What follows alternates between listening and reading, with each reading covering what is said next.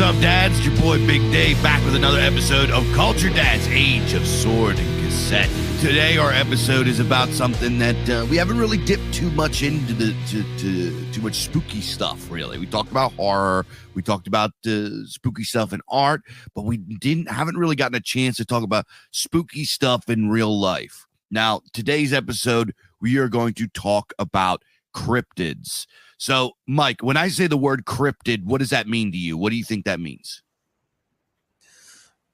I think so. The term itself sort of calls to mind for me just its etymology, which is something hidden. Basically, that's what crypto means. Mm-hmm. So it's like a creature of some kind that is obviously pretty shy and that's hard to find. And actually, the impetus for this episode was that I was watching a documentary. This was many, many years ago. I watched this little documentary. I don't even know what it was. Maybe it was just like a clip from a documentary. And it was of this woman talking about how she had these like episodes ever since she was a kid, where when she's sleeping, she would suddenly wake up and feel this dark presence lying on her chest, sitting on her chest, and that she couldn't move. And it was the most terrifying thing that she'd ever experienced. This old hag with like disgusting breath and stringy hair and long, dirty toenails sitting on her chest, and just this malevolent presence that she couldn't get rid of. And it was the most terrifying thing in the world for her. But what was even more terrifying than that is that she decided to look into it and to see, has anybody else had anything like this or whatever, expecting that, it was just her and it was a kind of isolated thing. Maybe she's got a mental problem, or I don't know. But what was even more terrifying than, you might have some sort of a break with reality is that she found that every single major and minor, well-known and obscure culture had something like this in it. And this was far more unsettling than finding that you're the only one, is finding that everybody else in the world, every other culture has this same thing. So for her, that made it all the more real. And that has always stuck with me. That little sort of clip of her explaining that, after I watched it, I couldn't sleep for weeks. You know what I mean? Because I don't know, something in me just believes in this stuff, that believes that there's something out there against all rationality. So that is actually kind of what I think of when I think of the word cryptid. I think of that little episode there. Yeah, what you're talking about is the nightmare. That's literally where that word, the night hag, I get it. Folks that are subscribed to the Bizarre Archive Substack, I wrote a thing about it. I used to call it the witch. And the witch is something I've been seeing it since I was a little kid, and it's the same exact story. I used to see this thing until eventually, after one night of seeing it, I went online and I looked it up, and it turns out that everybody who has it sees the same entity, right? I even went on, I looked at like the images that people drew, and it like gave me chills. I was like passed out. I was like, there's no way. I just thought it was like a reoccurring nightmare. This thing, and also when you have these nightmare dreams, I guarantee you somebody listening also has it. It's not uncommon. I've met many people that have the same thing. It's not uncommon. And the way the dreams go is you wake up, you're in paralysis. This entity approaches you into the room, and it either sits there and stares in your face, or it sits on your chest, or it looms over you and looks you right in the face. And it's terrifying. It's a terrifying creature. It's I've had them before this, but my earliest memory of the night hag was when I was a little kid, right? I guess I was like 8 or 9 or 10 or something like that. I had a TV in my room, and I had a VCR, and I used to, I'd record WWF matches and music videos and like all kinds of stuff on these like mixtape VCRs, or these mixtape cassette VHS tapes, and I would just play them, and I would pass out. And when my tape was over, the screen would be blue, right? That was like the nothing is going on with the TV screen, standard screen. So a lot of times I would wake up and my room was blue, and I would just roll over and turn off the TV and go back to sleep, right? So one night I wake up, and I didn't really wake up, but it felt like I woke up. I woke up, and I hear this horrible, the room's all completely blue because of my screen, and I hear this horrible breathing, like this labored, gravelly breathing. And then like sitting right next to my bed is this creature. It's very tall. It's about, sometimes it doesn't appear as tall, but in this case, it appeared to be about 6.5 feet tall, very long, tall woman, with it looks like a dress that looks like a burlap sack or something like that. It looks like the entity. You ever see The Ring? That girl from The Ring looks sort of like that, but much uglier, like a witch. Awful teeth, black eyes. Terrifying creature, long weird nails, and it stares you in the face, and you just feel that you're looking at evil incarnate, and you can't move. You're paralyzed. You can't yell or scream or wake up. You can only move your eyes, and you're stuck there as this entity just like looks you in the face. It's terrifying. It's the worst. Yeah, I can only imagine, man. And it's terrifying. The idea, it's so terrifying to me. Someone who hasn't had this happen to them ever, who doesn't get night paralysis or whatever. It's terrifying enough to me to know that this is something that many people have seen before. Because I mean, like if you really sort of dig down into what it is that justifies a belief and what it is that makes something appear to be true, because how do you, when you get right down to it, how do you evaluate beliefs as true or false? Well, for the most part, most of us, and this is even true to some extent, like within science itself, most of us evaluate beliefs as true if they hold up under scrutiny, or if they hold up as in like other people see the same thing as you, right? If somebody else can independently verify what it is that you believe, or believes the same thing, this is, and it's not like an ironclad, it doesn't mean it's true for sure, but it certainly means that it's a lot likelier to be true. So the fact that this has happened across cultures, the Inuit have this exact same thing. Brazilians have it. People in Korea have it. It's every fucking culture. And that to me is the most terrifying thing. And yeah, these, like the idea of cryptids, I mean, I wanted to do this episode, but I kind of didn't. I pushed for it. I was the one that said, Dave, let's do it. But I kind of, I've always been a little bit hesitant, because I kind of know in my heart that these things, something is out there, right? Whatever it is, there's more, in heaven and earth that's dreamed of in our philosophy. And this goes for aliens too. Maybe we'll do an episode on that at some point. I'm sure we'll talk about it a little bit tonight, but that terrifies me as well. The idea that there is something from out there, from the outer realms, that is here among us and watching, and maybe unbelievably intelligent or unbelievably advanced. That fucking terrifies me too.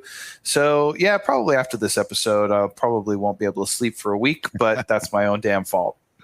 So with the night hag, so I believe in my adult life, I began to believe that this was actually ran counter.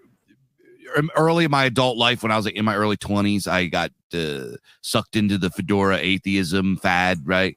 And I LARPed as an atheist. And this was one of the things that really I couldn't come to terms with, trying to be an atheist, because I'm one of the, I think there's a percentage of the population of people that there's something with them, that they experience a lot of spooky stuff, right? They see paranormal, they see cryptids, they just see weird shit, right? And actually, when I got my Jyotish done, the Hindu astrology thing, when I did that, one of the signs that came up for me was like, the guy that did it, Neil John, he goes, have you had a lot of paranormal experiences? I'm like, yes, that's me. He's like, yeah, you're one of the people that just always has it.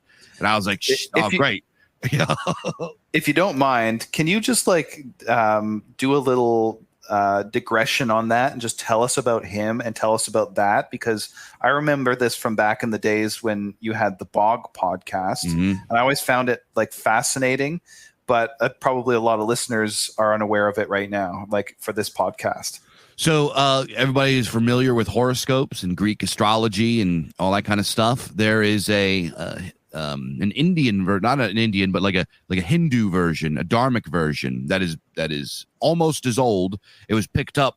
They learned it from the Greeks, but they continued the tradition going all the way to today, right? So they have really gone crazy with it. And those of you that are familiar with like Hindu style of stuff, when they start to extrapolate on a philosophy or something, they write hundreds and hundreds and thousands of books, and they go on and on and on for like thousands of years sometimes.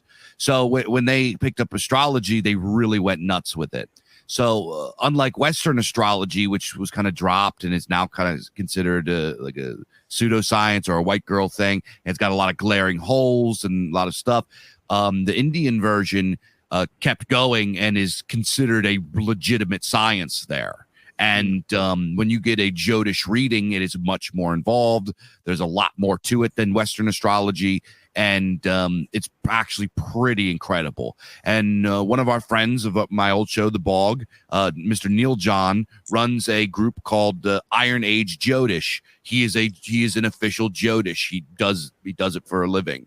And he gives readings. And he gave me a reading, and I was skeptical of it, right?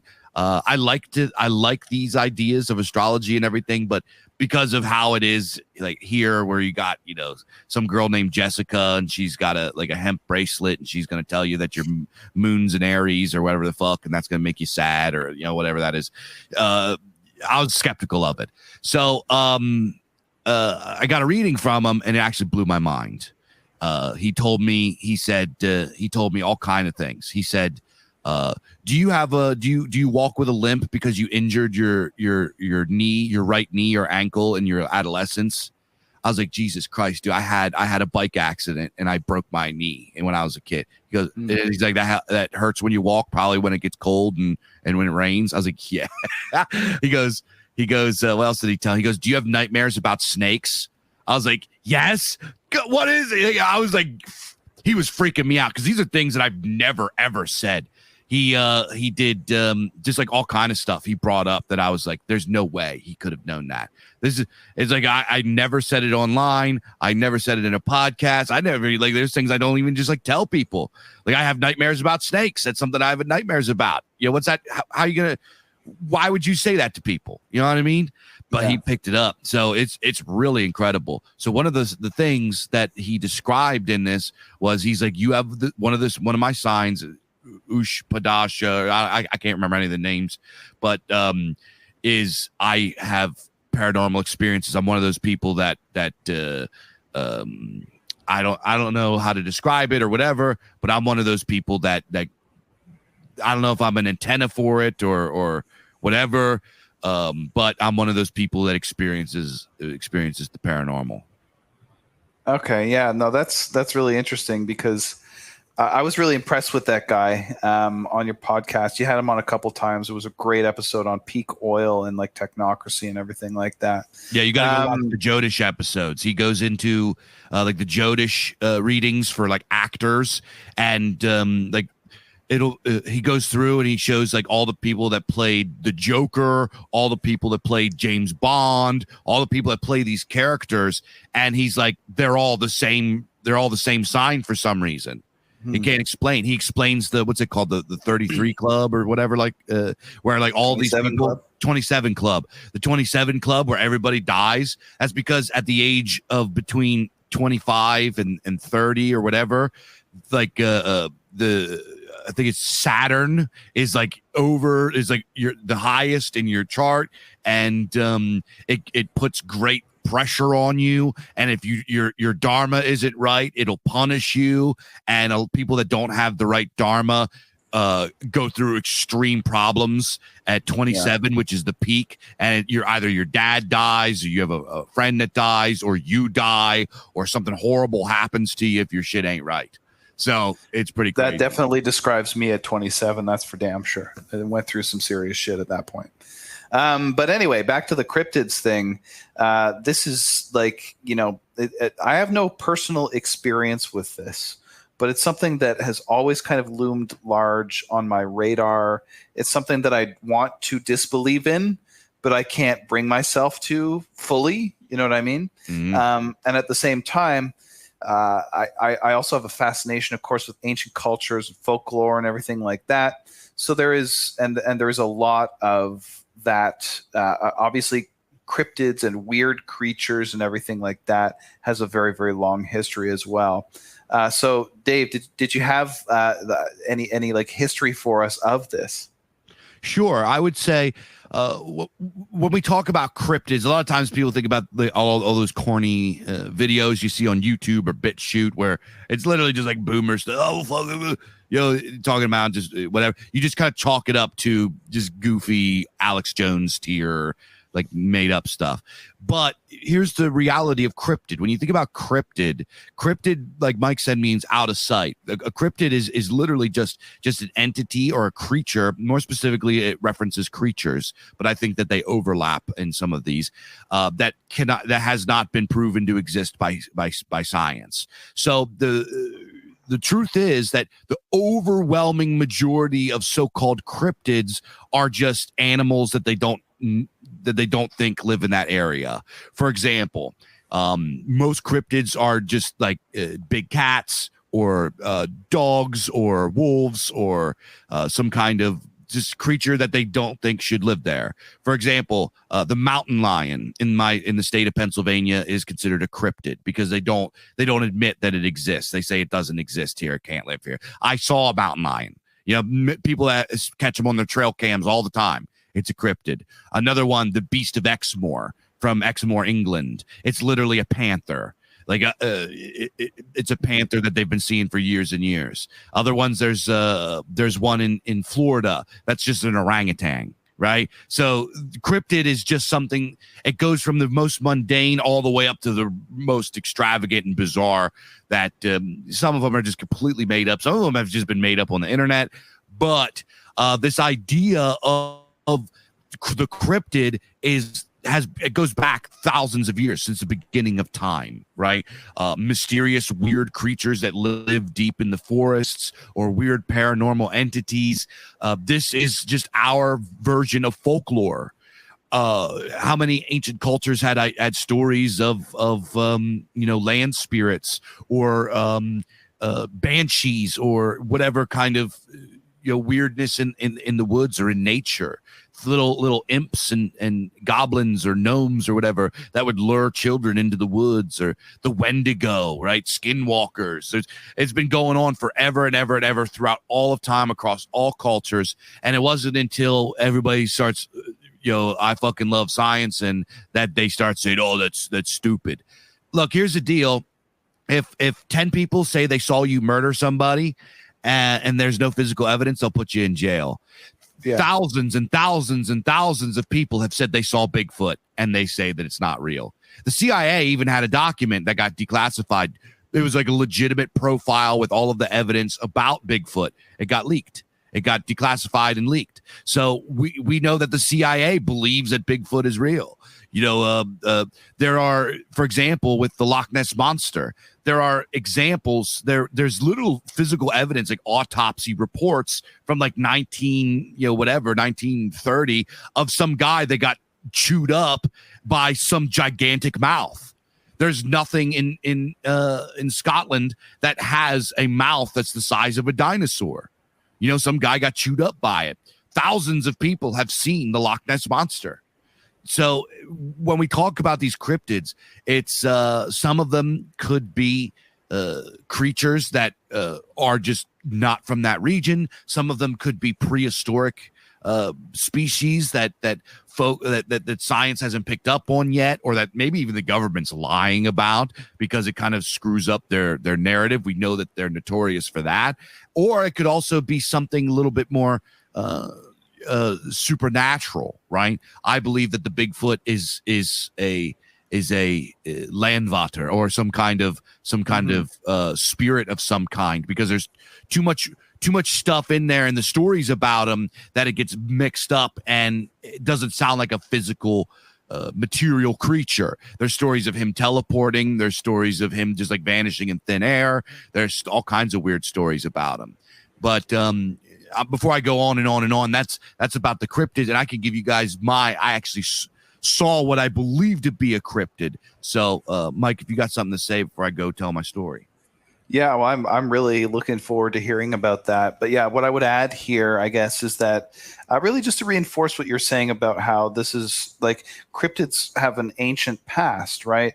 You think of the dragon. Here's another example of a weird creature that sort of doesn't fit and is kind of like, there's crossover between like legendary creatures and what we would now consider to be cryptids, like things like the Mothman or the Jersey Devil or the Bigfoot or the Yeti or the Loch Ness Monster, which are kind of like more modern instantiations of that. Well, in the ancient world, you have, like I say, you have dragons, you have things like werewolves.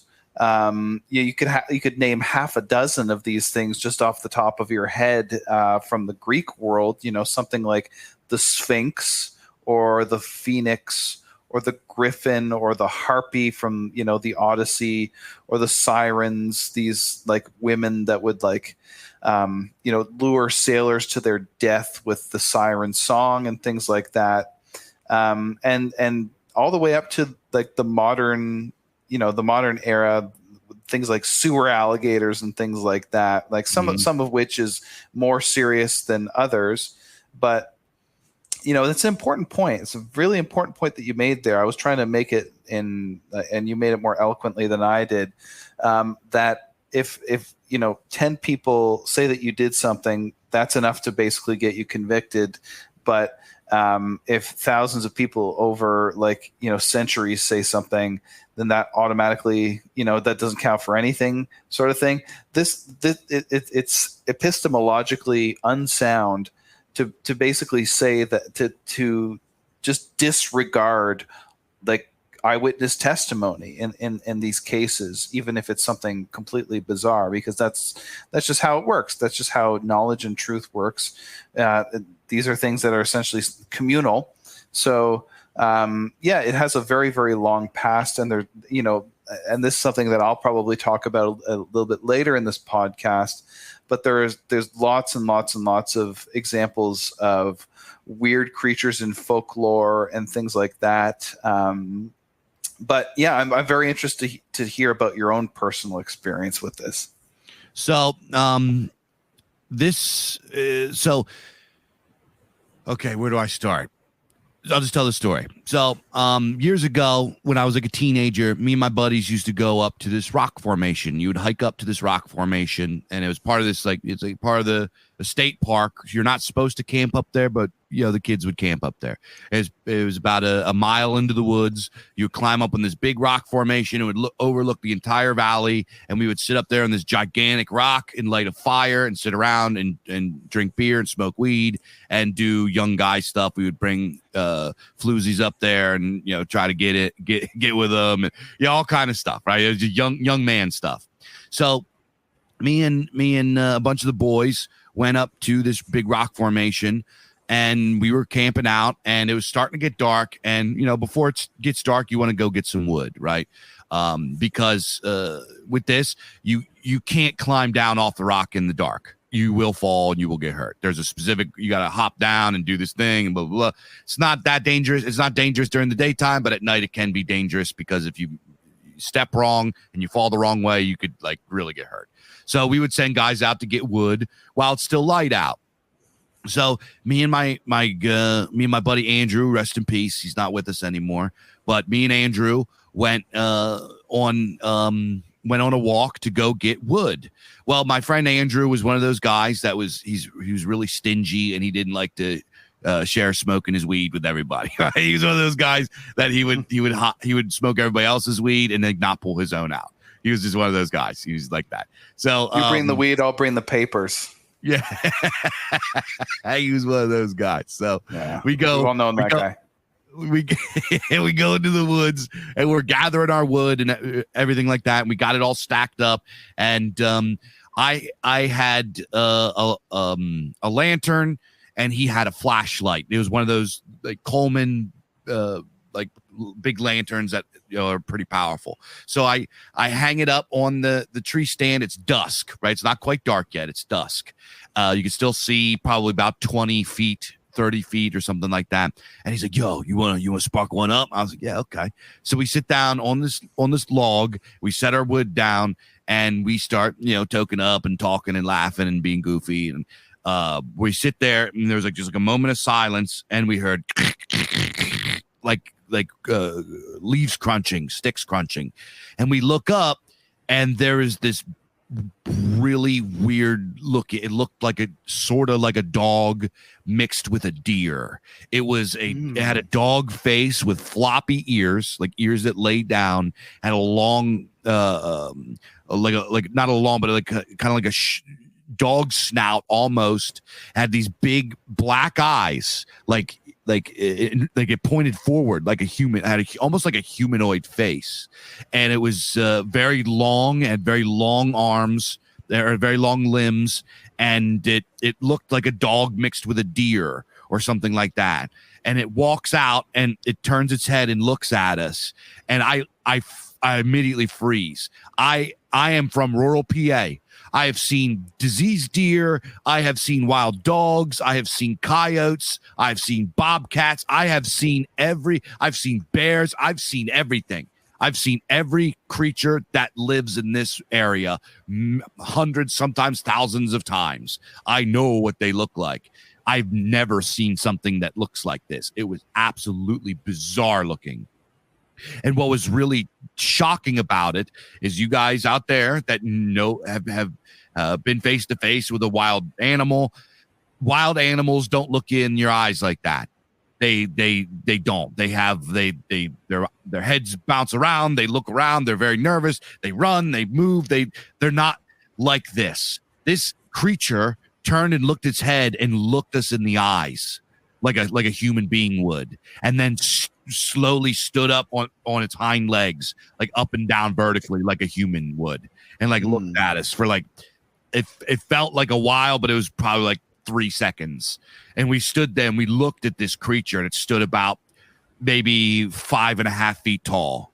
How tall this thing was. It stood up on its hind legs vertically like a human and hung its arms down beside it. It didn't have hooves, it had paws. So, and then it like looked at us, it went back down, it creeped back down, and then just slowly walked off into the woods again. We were so scared. I got so scared. We like forgot the wood. I grabbed the lantern. We just ran as fast as we could, terrified, through the woods. And we're just running full sprint. We climb up on the rock, and we just like come bursting into the place. And we were just like, like really terrified. And they're like, all our friends are like, yo, where's the wood? You guys all right? And I just blurted out. I was like, we saw a weird dog. And they like, there's like a little bit of silence, and then everybody started exploding in the laughter. They all thought it was hilarious. And I said, I saw a weird dog. And we were like getting a little pissed. We're like, yo, that was saw some sort of monster or some shit. And they're like, you're crazy, like fucking making fun of us. And then it turned into, they made fun of us the whole night. The weird dog was the running joke. Like, they're like, I'm a dog with pants, and like all this kind of shit. And they were just like clowning on us. And then we were like, all right, maybe we were just high and we saw like a diseased deer that was acting weird, or maybe we saw some whatever, blah, blah, blah. And then the night went over. We were on our way home in the morning, and me and Andrew were riding together. And I was like, that wasn't a deer, dude. That was something weird. And my friend Andrew at this time was somebody that thinks ghosts are far-fetched. He doesn't believe in anything paranormal. Hardcore materialist, this guy. You can't get him to believe UFO, anything. He wouldn't even, he's like that. And he goes, yeah, we didn't, that was not a deer. That was something weird. That was something that unnatural. And that's the last time we ever talked about it. And that it was freaky, dude. I'm telling you, this thing was, it's not like you see, because you see things that don't look right. You'll see like a diseased animal, and it's like, that's gross looking or whatever. This had the feeling of we were looking at something that is not part of nature. And the way that it moved, it was not scared of us at all. It looked us in the eyes like it was intelligent. I swear this thing was something else. Wow, I'm getting chills up and down my spine, bro. It's like freaky listening to this story here. And like, you know, maybe the most unsettling part of it is that you saw it with your friend. You know, like this is not something you can just be like, oh, I don't know, I hallucinated it or something. You both fucking saw it, right? Yeah. Like, that's crazy, man. That is fucking bizarre. And I know, like, I got the feeling, like, as you were telling the story where you're like, we saw a weird dog. It's like that probably just like came out of, you know, like the depths of your reptilian brainstem. Like, you know, when you see something that's just weird, or when, like, I don't know, there's a, like, I remember back in the day when I was quite young, I was in a plane with my grandmother. We were in the restroom of the airplane, and you know, she took me to there, and like, I guess I was just like, you know, doing whatever, and then all of a sudden she takes her fucking teeth out of her head, and I was just like, holy fuck, you know, like I didn't know that could happen. I didn't know that, like, you know, people wore false teeth, and I'm like, Nanny, you took your teeth out, you know, like I was just like, it's that kind of thing, like, you know, expressing it in the most primitive way possible, like where it's just pure fucking terror. I got the vibe from that. Yeah, definitely. I can understand just sort of like expressing it in that way or whatever. But yeah, no, that's fucking intense, dude. Like I say, there are more things under heaven and earth than are explained in our philosophy.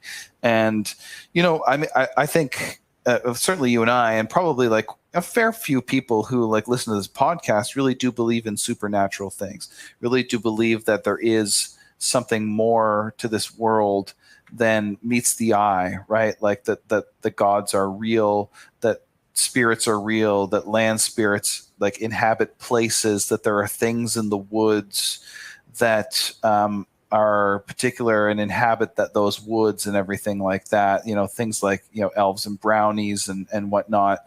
I should say alpha rather than elves, because that makes it sound like a Tolkien thing or whatever. Mm. But there is definitely, like, I am absolutely convinced that there's more to reality than meets the eye, and it's something else to come face to face with it, though. In an instantiated, embodied entity. Like, I've had experiences in my life that like leave absolutely no doubt that there is more to this world. I hesitate to say immaterial, because I think that materialism is kind of based in some ways, but that's kind of beside the point. There's definitely something more to reality than our, like, you know, small human minds can comprehend. And, you know, that involves entities, that involves conscious, real things in the world. And it must have been something to come face to face with that yourself.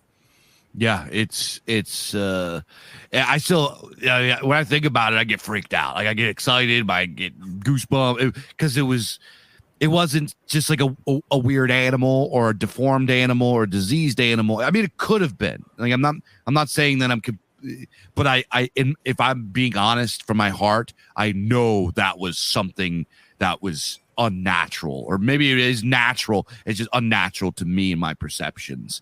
So when we talk about these kinds of creatures, I think that there's a blur between the material and the immaterial with these things. I think that a lot of them are supernatural. They're not. The reason that scientists can't find Bigfoot is because he's not a monkey man. He's some sort of entity or some kind of spirit, right? There's too many people that have seen him, right? There are supposed pictures of him. They always question the validity of these pictures. There's a lot of these kind of, the Mothman, for example, is one that people swear by. Thousands and thousands of people have seen the Mothman. The Mothman has been seen in the United States. He's been seen in Japan. There's a really good video out there. There was like moments before the tsunami in Japan where they saw the Mothman. It's kind of weird, but it's like this coming out of the ocean. It's like this figure with big black wings. It's like a shadow, and it makes no sense. And the guys that are filming it, they're like, what was that? What the hell was that? It just comes out and just, flitters and then kind of turns sideways and vanishes. And that's how he's described, is he's this weird black entity that appears when there's like a catastrophe is about to happen. He's like a harbinger of catastrophe and death. So to think that the Mothman, couldn't be real, I don't know. I don't buy into the science brain that we must be able to measure and everything. I believe very deeply in this idea that there are things that we can't capture and measure and quantify. And I think that it's important for somebody in order to really truly reject modernity and liberalism, is to accept this fact. That this is something that our ancestors believed for thousands and thousands of years. And just because we call them cryptids now instead of whatever we called them before, doesn't mean that they're not real. I just think that it was accepting, like, and admitting that there are these supernatural things or paranormal things was an important step for me, because I've always been a superstitious person. And that's another thing. I don't think that I don't think superstitious is a bad thing. In fact, I'm kind of untrusting of people that mock superstition. Superstition is a good thing. You know what I mean? It means you have good intuition. It means you like have not always, like, it could be paranoid and weird, but I don't know. That's my position on it.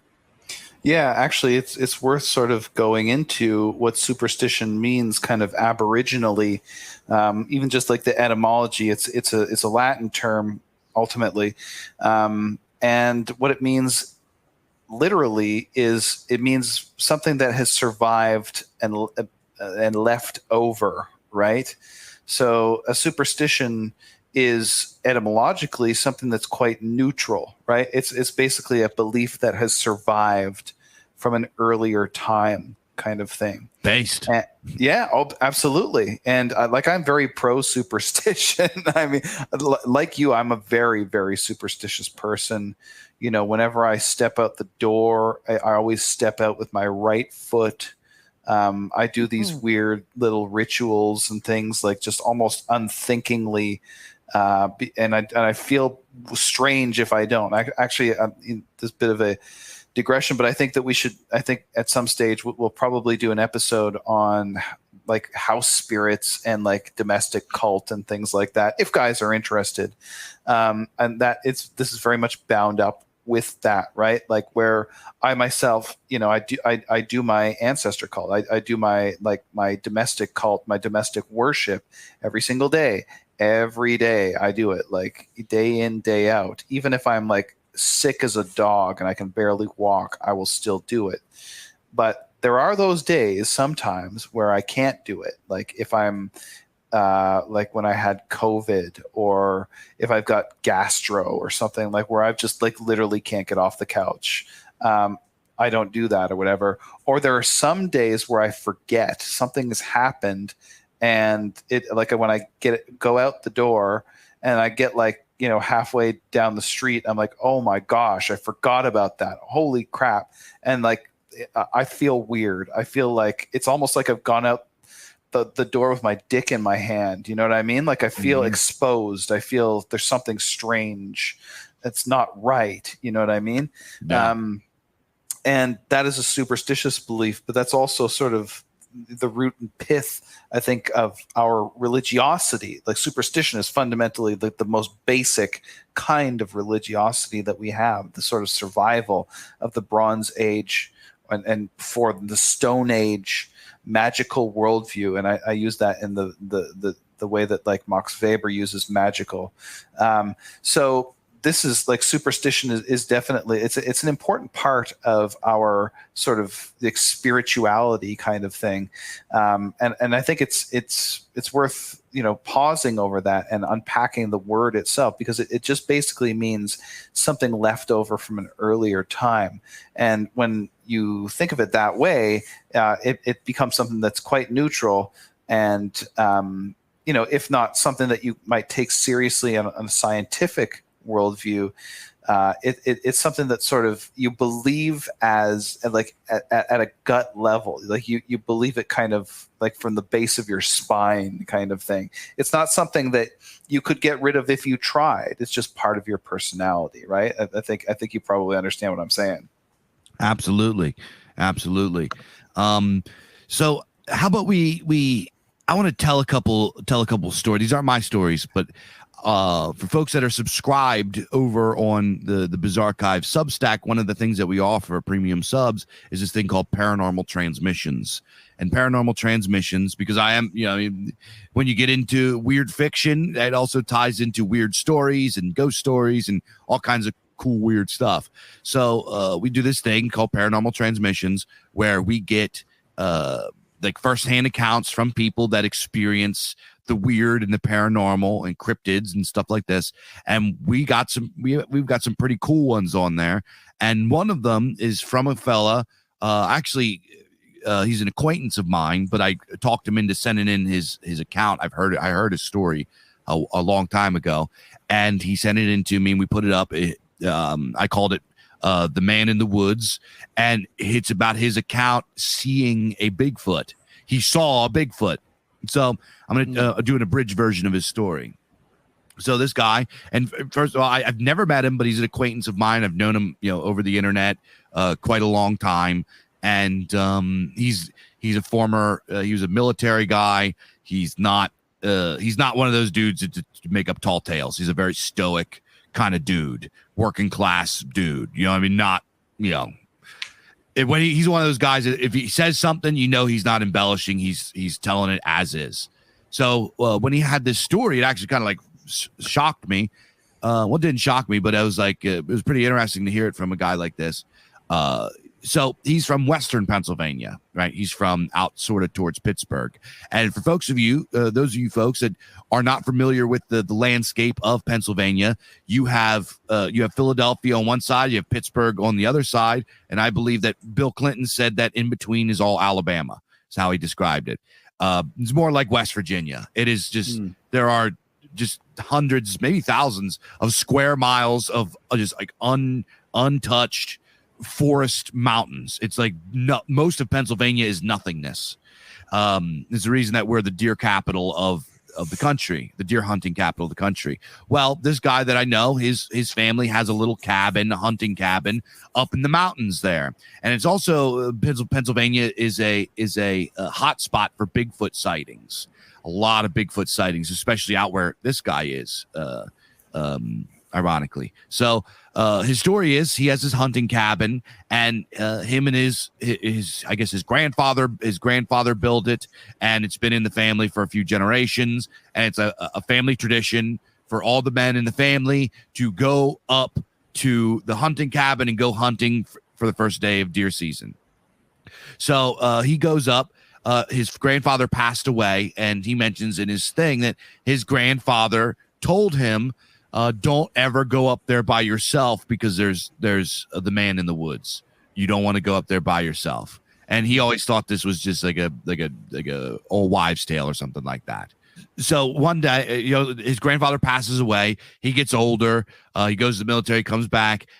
His father gets a little bit old. His father ends up in the hospital. I guess he had a stroke or something like that. He just couldn't make it out. And he's like, he didn't want to break the tradition. So he went up by himself. He goes up to the hunting cabin by himself. He goes up he unpacks. He's going to be there for a few days. He goes and gets in the four-wheeler, gets the ATV, and goes down the trail. And he sees that where there was a fence, the fence was completely like, they used to have like a fence gate that would open up into like this valley where it was kind of like a shared area or whatever between a bunch of other people that owned property kind of in the region. It's like state game lands. So he noticed that the gate was completely blown apart, like splintered and completely shattered. And in its place, there's a bunch of logs stacked there, right? And he's like, he assumed that maybe one of the neighbors accidentally hit it with a truck or something like that, and they put the logs up there. And he was just going to go down and talk to him and be like, yo, fucking, maybe we can work this out or whatever, what happened. Because he said that they used to ride dirt bikes down in there too. So he goes, he moves the logs.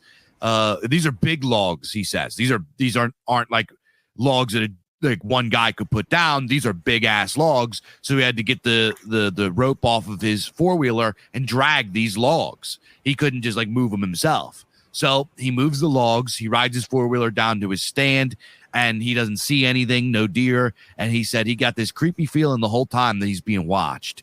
He felt like he was being watched the whole time.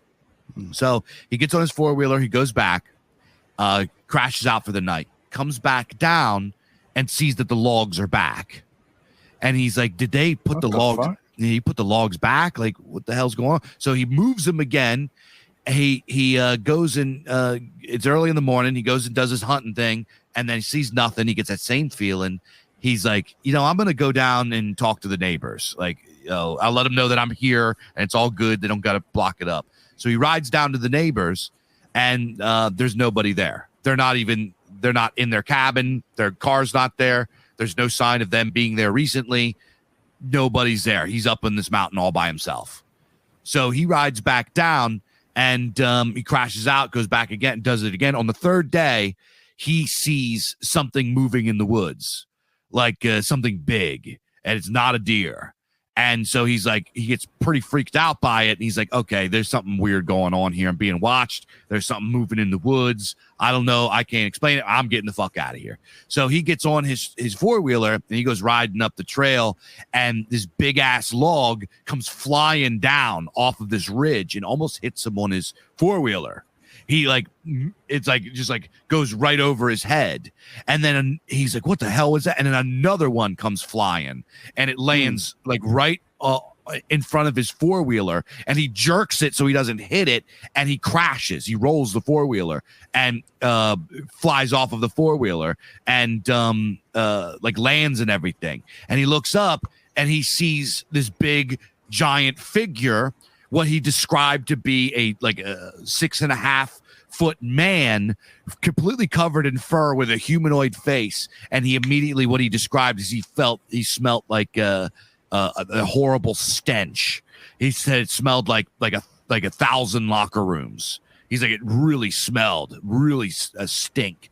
And he saw this creature, and he runs up and he grabs his rifle and he tries to aim in on it, and it's already gone.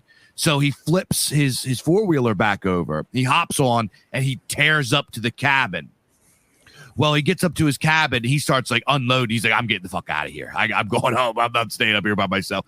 So while he's loading up his truck, he sees it again in the woods. And he's like, oh shit. So he grabs his rifle again and aims it. This is a military guy, a lifetime deer hunter. This is the kind of guy that's a marksman. You know what I mean? He aims in on this Bigfoot, and he said every time he would get his sights on it, it would shift. Like he knew, like the creature knew where he was pointing. Like it knew that the sights were on it, and it would just hop. He's like, I couldn't get my sights on it. And he's like, it ran behind a tree and then vanished.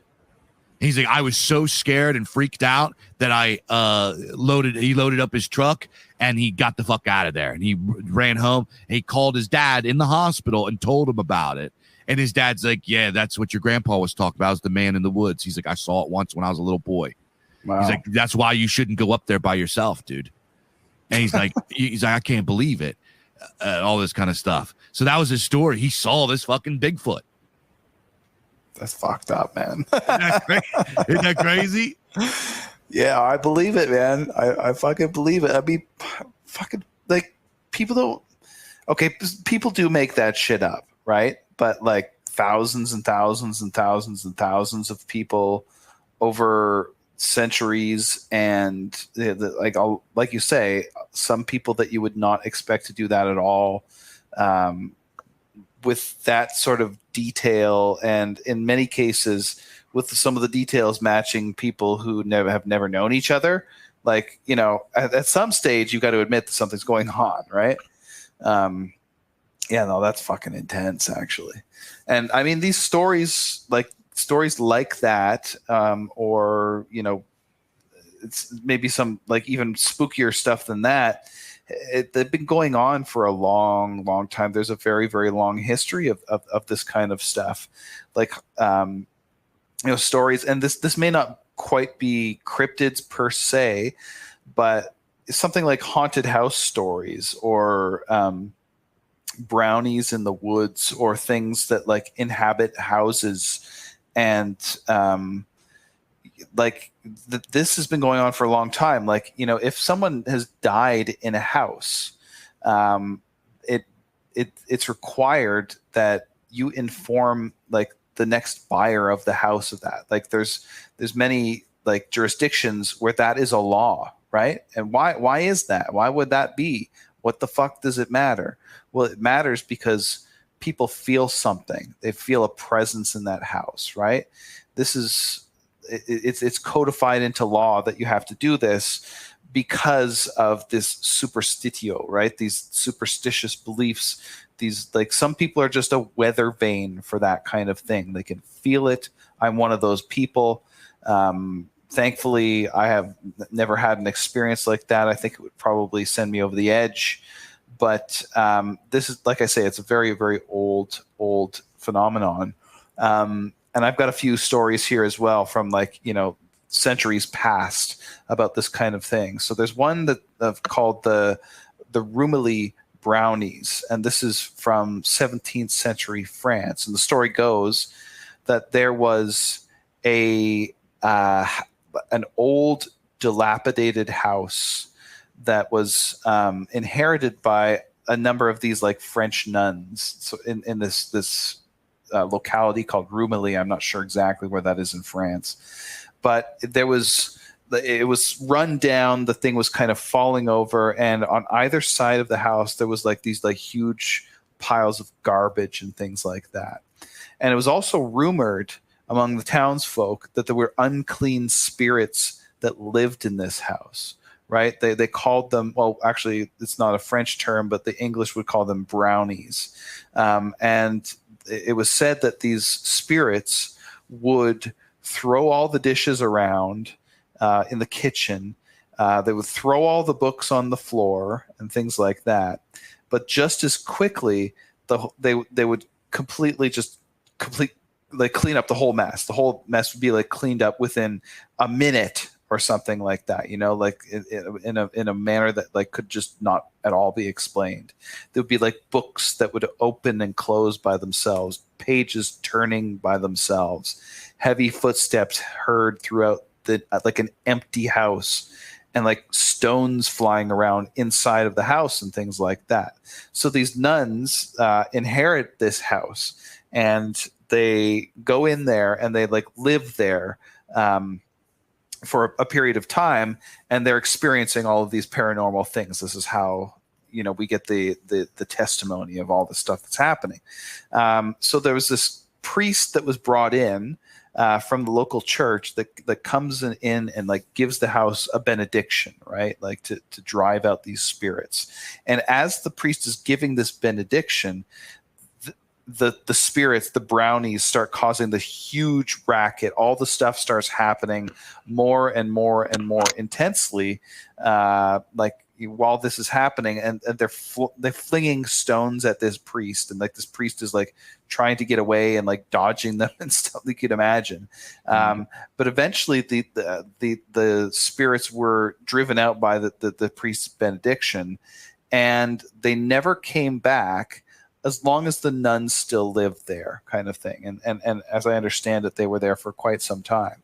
But when the nuns left at some point, the spirits came back, and this house was just sort of a proverbial like don't fucking go near it kind of thing for people for many generations in this one locality in France called Rumilly. So That's an example of like a haunted house. I don't know if you could consider that a cryptid. It's more of a land spirit. It's more of a domestic spirit. It's obviously a malevolent one. But this is attested in like the deep sort of religious history of European peoples, right? The idea is that these spirits are effectively spirits of the ancestors, or the spirits of the people who once lived there and things like that. And that these spirits are tutelary spirits, so they will protect you. They will, drive out like rats and disease and things like that, and keep things sort of orderly. And in some cases, with like, in like northern Sweden and usually in the northern European countries, these like spirits will actually do things for you. They'll like help keep the place tidy and clean up and everything. This is the sort of traditional folklore. But if they're not kept happy, and usually that means leaving offerings and making obeisances and things like that, then they turn into these malevolent larval phantoms that will haunt you and that will bring sterility on your family, and they ruin crops, and they will just make a racket like they were doing in this house, apparently. So this is not something that is foreign to us. It's something that is certainly was believed very, very widely for a long time.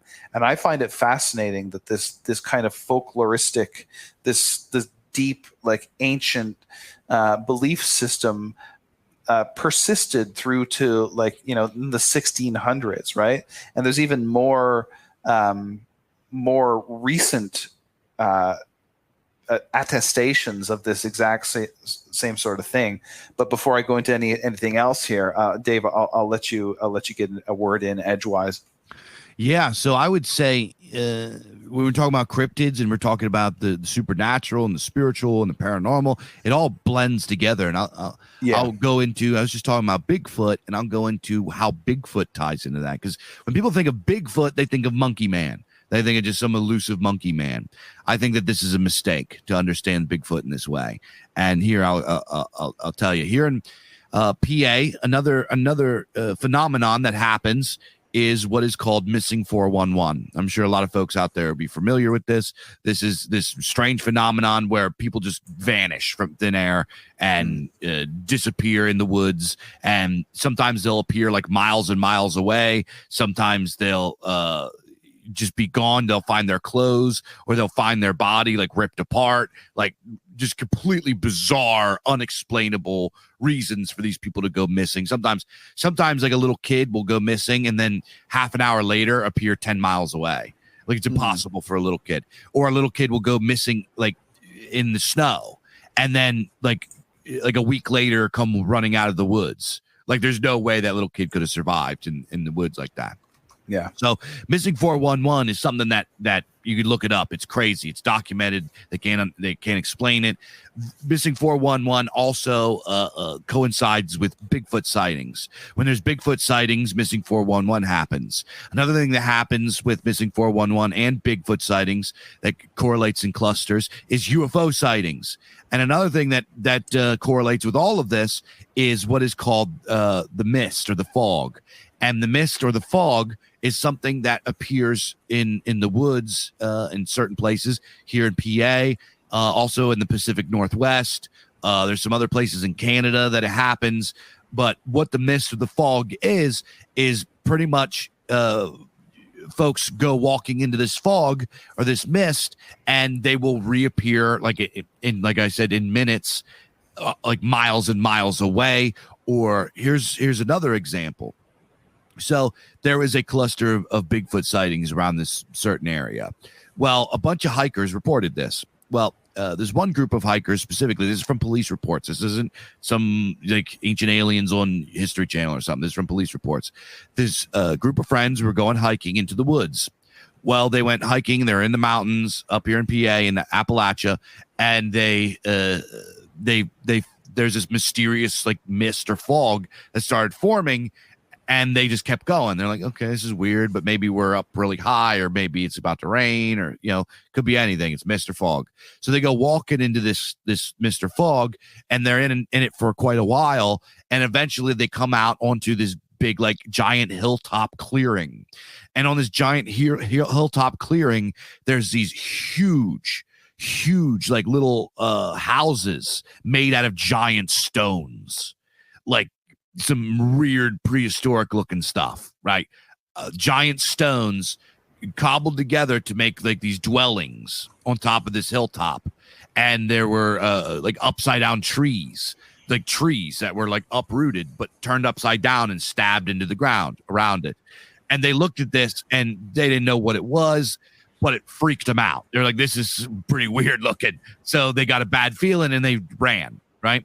So they took off, and eventually the fog dissipated and they found their way back home. Well, they told their friends about it, and their friends like, dude, we got to go check this out. We got to go see what it is. And they go back to try to find it. They follow their footsteps exactly. They explore all around. They couldn't find it. It didn't exist. It just didn't exist. They went to went into this place, and this report of people seeing these stone dwellings.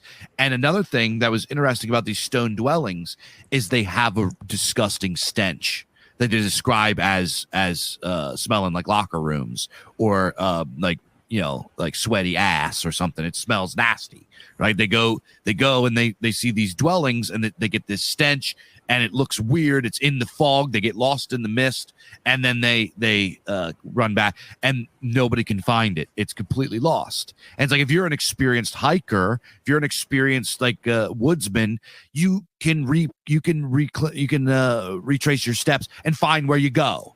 It's kind of tough to find something like that stands out like that, and then like never find it again. You know what I mean? That's pretty hard to do, especially among multiple groups of experienced woodsmen and hikers.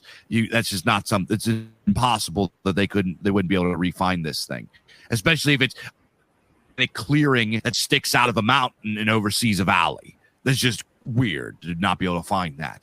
So on top of it, there were a bunch of Bigfoot sightings in this area at the same time. So put all of this together. There's actually people that have sightings where they see Bigfoot and there's UFOs at the same time. So UFOs and Bigfoot and this mist and missing 411 are all correlated somehow. So how the hell is an elusive monkey man correlated with UFOs and mysterious mist and people going like vanishing and showing up weeks later and all this kind of stuff?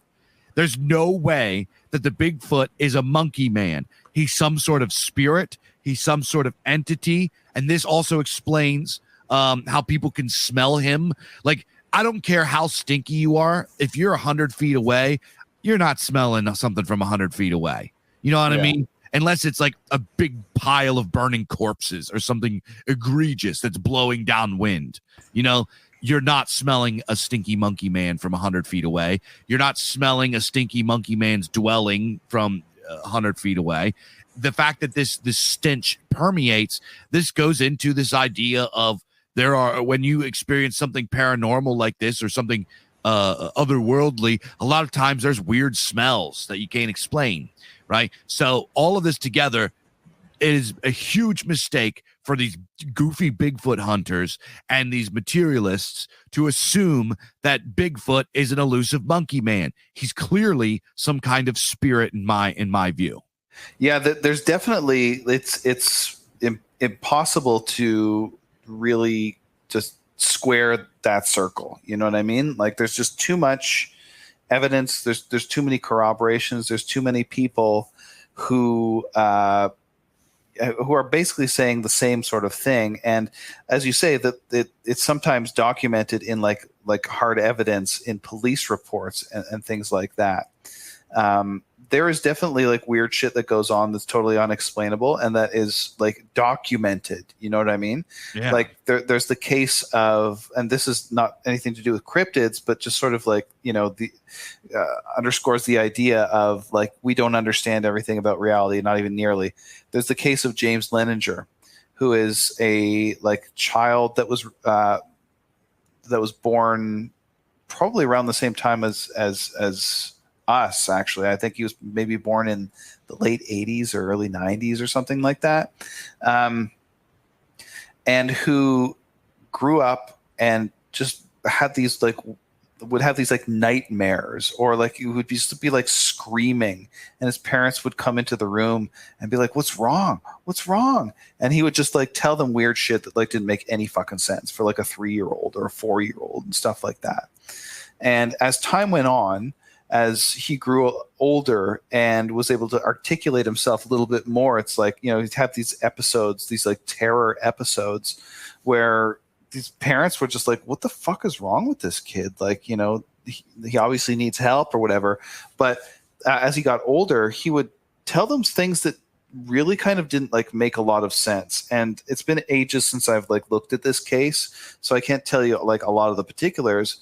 But basically, he would like tell them things about like, you know, people he knew that were his friends that like had died and things like that. And they'd be like, what the fuck? What is he even talking about?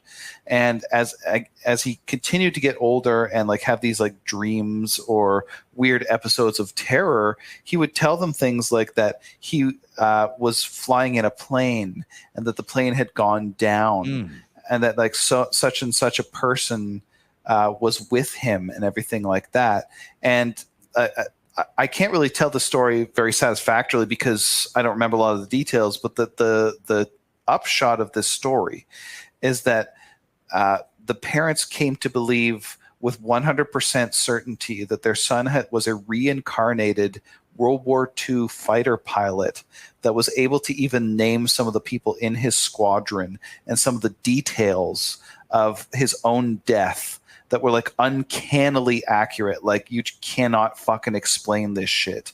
To where it was just like, they just came to believe 100% that he was this fighter pilot, and that it was like ruining his life kind of thing. And there was like there's an interesting documentary that you can watch on YouTube about this. And it's kind of touching because at some point he like gets in touch with this fighter pilot's like surviving family and tells them about like things that only the pilot could know, like where certain things in the house are and everything like that. And at some stage he decides that the kid's like maybe 16 or 17 years old. He decides that he's just not going to be like, you know, Bob Smith anymore, that he's done with it, that he doesn't want to think about it anymore. He doesn't want to acknowledge it. He doesn't want to look into it. So he just lets himself forget about his past life.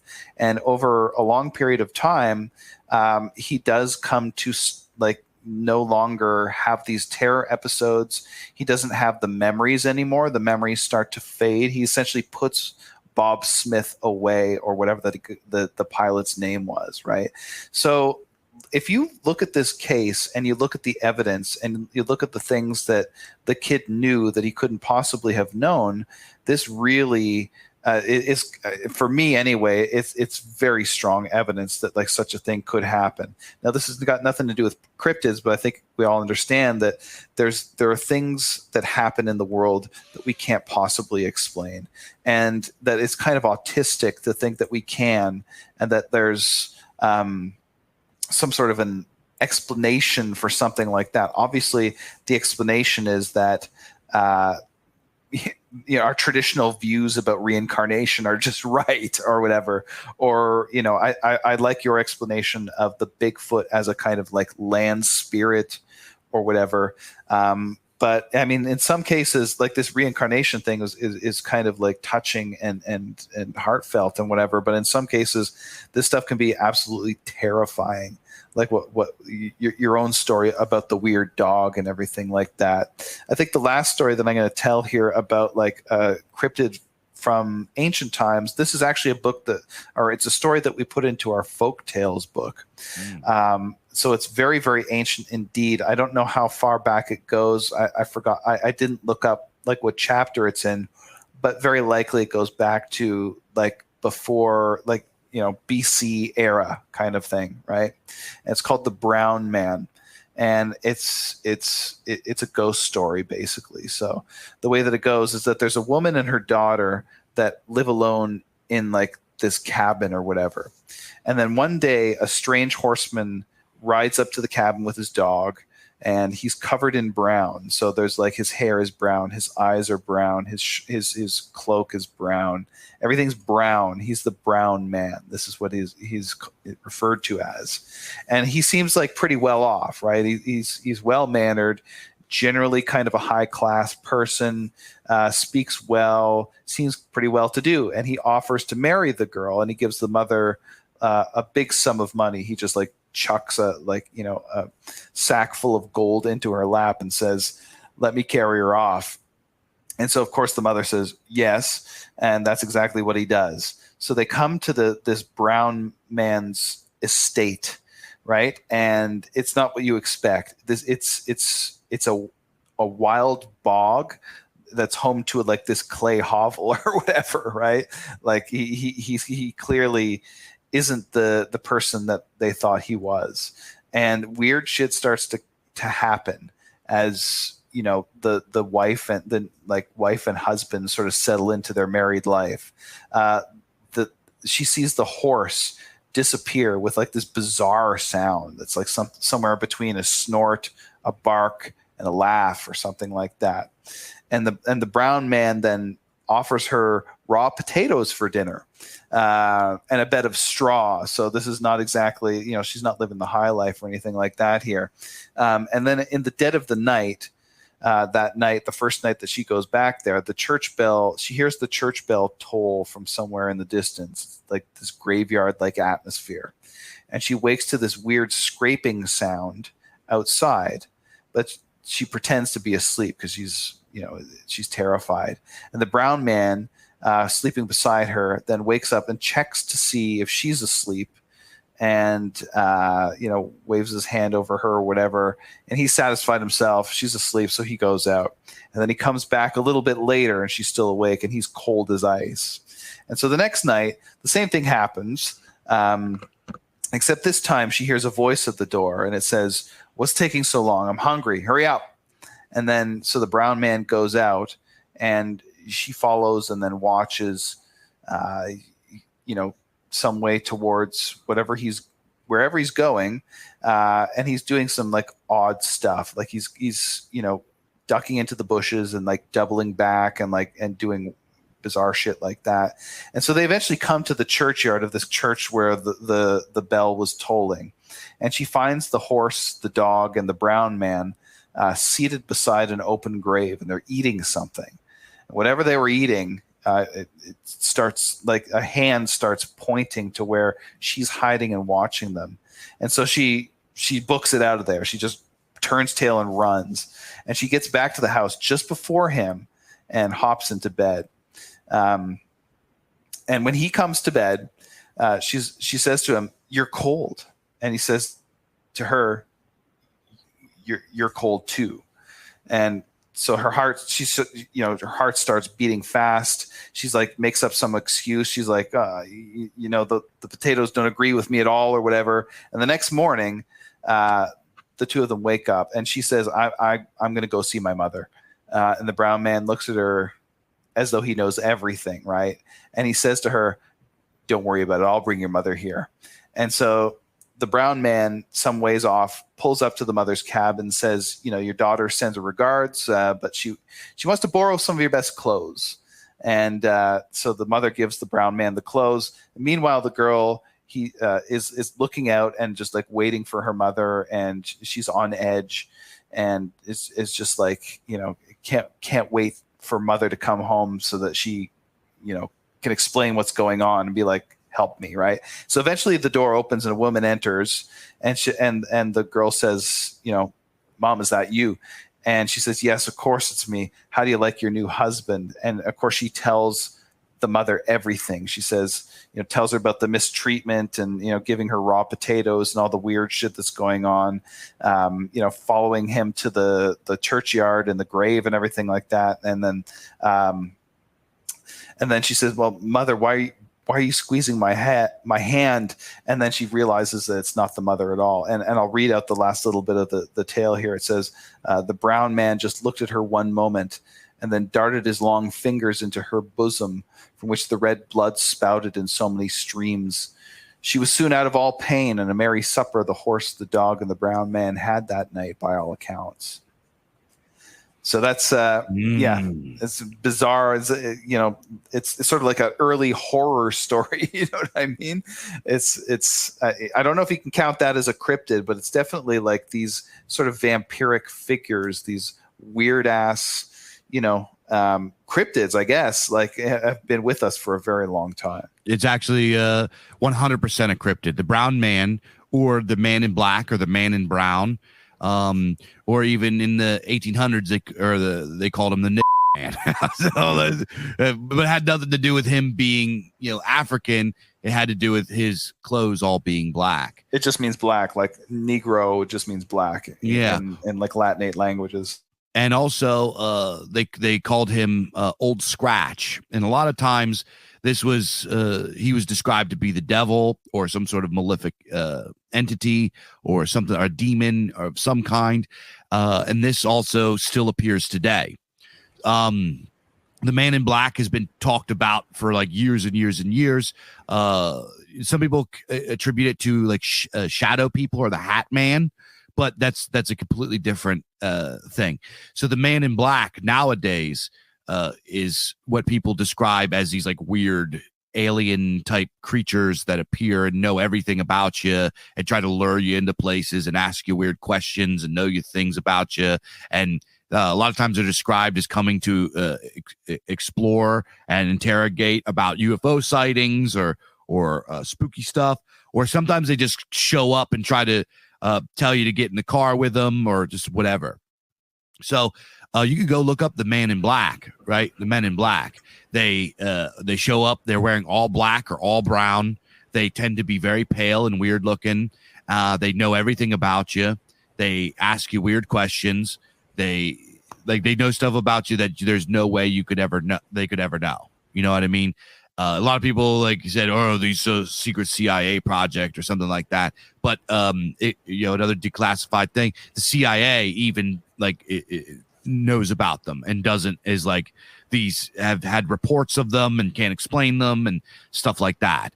So the man in black, or the brown man, the black man, is absolutely a cryptid that has been around a long, long time, and people still see it today. Well, I'll tell you how long it's been around. If you take this story as evidence of it, I just looked it up, and this is one of the handy things about this folktales book, is it gives you how far back it be traced in the Indo-European migrations. This story could be traced back to the Proto-Balto-Slavic Indo-European migration period. That is about 750 BC. That's how old this story is. So that's at least how long the brown man has been with us. So there you go. Cryptids are something very, very ancient to us indeed. Absolutely. Yeah, the men in black or brown man, or it's actually pretty spooky. There's some stories about folks that they come to visit. Sometimes they come in pairs, and they are just really strange looking. They come out, they show up in black cars or vans or something like that, or sometimes they don't even have a vehicle. They just kind of like appear out of thin air, and they knock on your door and they talk to you, and they come in and you can interact with them. They're like physical beings, and they just do weird. They're just really creepy, weird looking. So you can go look up some stuff about men in black. So this is a very, very old cryptid. This isn't like some new made up internet creepypasta thing or some boomer conspiracy UFO thing. This is an old folk tale that is a cryptid that's been around forever and ever. Another cool cryptid that I am really fascinated by are the Wildmen. Are you familiar with Wildmen? I don't know this one. So Wildmen are effectively feral humans, right? They're apparently, and we have stories of feral humans going all the way back, right? Monkey men, effectively. We got one on the Substack, the Paranormal Transmission, talking about the Poconos Wild Man, because this is the running explanation for it is that after the Revolutionary War, there were a bunch of guys that got misplaced and or displaced, and they end up living in the woods, and then over generations they became feral. There are stories from the Middle Ages of people finding feral humans and like trying to teach them how to talk and civilizing them, and it doesn't work. There are this goes into like, well, we found a baby that was raised by wolves, or et cetera, et cetera. But really, these are just stories, documented accounts of these feral humans that exist that just exist, right? So I'm going to read a little bit of this. This is the Poconos Wildmen, and Poconos is a hot spot for them, but which is the mountain range. It's in PA and it goes all the way up into New York State. But I'm going to read a little bit of this. Pretty much what he's talking about is he grew up in this area in the Poconos, and they always had stories about it. But you have stories about everything. Like people that live in New Jersey get stories of the Jersey Devil. There's just like it's just like folklore. So he grew up with the folklore, but he always just kind of just assumed it was folklore. His grandparents talked about it. He even mentions in the thing that there's a family from his area, from his neighborhood that he was friends with, that said that their great grandparents or something found a wild man, a child, and they tried to raise it, and it never learned how to talk. It would take a crap on the floor. It could never be civilized. It was just a feral human. And he saw black and white pictures where they said this was the person, and he kind of chalked it up to this could have just been an old explanation for somebody with mental illness. Like who knows what the truth is behind it. Their only evidence was they had like a black and white picture and a bunch of stories. So, he said it could have been somebody that was like retarded or had some mental disability or something like that. So I'm going to read a couple paragraphs of this. He goes, when I was a kid, about 7 or 8, and my dad me and my dad went camping up in the mountains. When you're camping up there, you want to hoist your cooler up in the air with a rope or bears will get into it. It's true. I was sleeping in my little pup tent and heard some rustling. I looked out of the screen and saw what resembled a man very clearly from the light of the fire and propane lantern. He was very, very lean with matted hair and beard. Could easily be mistaken for a homeless guy, except for his movements. His head darted around like a deer and would occasionally crouch to all fours like an ape. He was wearing what looked like furs. I watched as he investigated the knot around the tree. He sniffed it and tried to chew on it like an animal would. Then he untied it and slowly lowered the cooler to the ground. One thing inhuman about him was his reflective eyes. After a minute or so, he noticed me watching him through the tent screen. He turned in my direction and made an unsettling smile with his tongue sticking out in and out of his mouth. I yelled for my dad, and he hopped up and started to unzip his tent. The wild man heard the zip sound and took off into the brush with unnatural speed. He hopped and galloped almost like a baboon would do. By the time my dad got out of his tent, the wild man was completely out of sight. My dad chased after him with his shotgun and fired a couple shots off. He never saw the wild man. He just heard the brush rustling as it escaped. After a minute or so, my dad came back and asked if I saw the bear in the cooler at all. I was still in shock and scared of what I saw. I told him it wasn't a bear, it was a monkey man. My dad isn't superstitious or skittish, but he's a very cautious guy. I know he was a little skeptical, but we stayed up all night. We stayed up at the fire all night until sunrise. I wasn't allowed anywhere by myself, and he kept a shotgun in hand. After I explained what I saw, he told me it was probably one of those wild men my grandpa talked about. What sealed it for him was that there was no damage to the rope. This wild man was smart enough to untie the knot and lower the cooler quietly. This means he encountered campsites before, and probably campers. Spooky to think about if you ask me. And he goes on to say, at sunrise, we packed up and left early, but since then, I've been fascinated with the stories of the wild men. It's told that they live deep in the mountains and live in tunnels and abandoned mines. He goes, so if you're up in the mountains, don't forget that you're not alone. That's pretty weird. Yeah. Yeah, that is fucking weird. And that's something that like is believable even to people who don't buy anything supernatural at all, right? Like that is entirely possible that like something that like that could happen, right? Yeah, I don't know. I'm not gonna get any sleep tonight, bro. It's just not gonna happen for me. It's talking about this shit really freaks me out. I don't know why, but it just does. It's hard to explain. It's sort of it really challenges kind of how you understand mundanity, like how you understand like because we don't interact with this kind of stuff. For our ancestors, this would have been like, yeah, oh, no shit, yeah, there's weird shit out there, what are you talking about? Of course. Yeah, exactly. But for us that exist within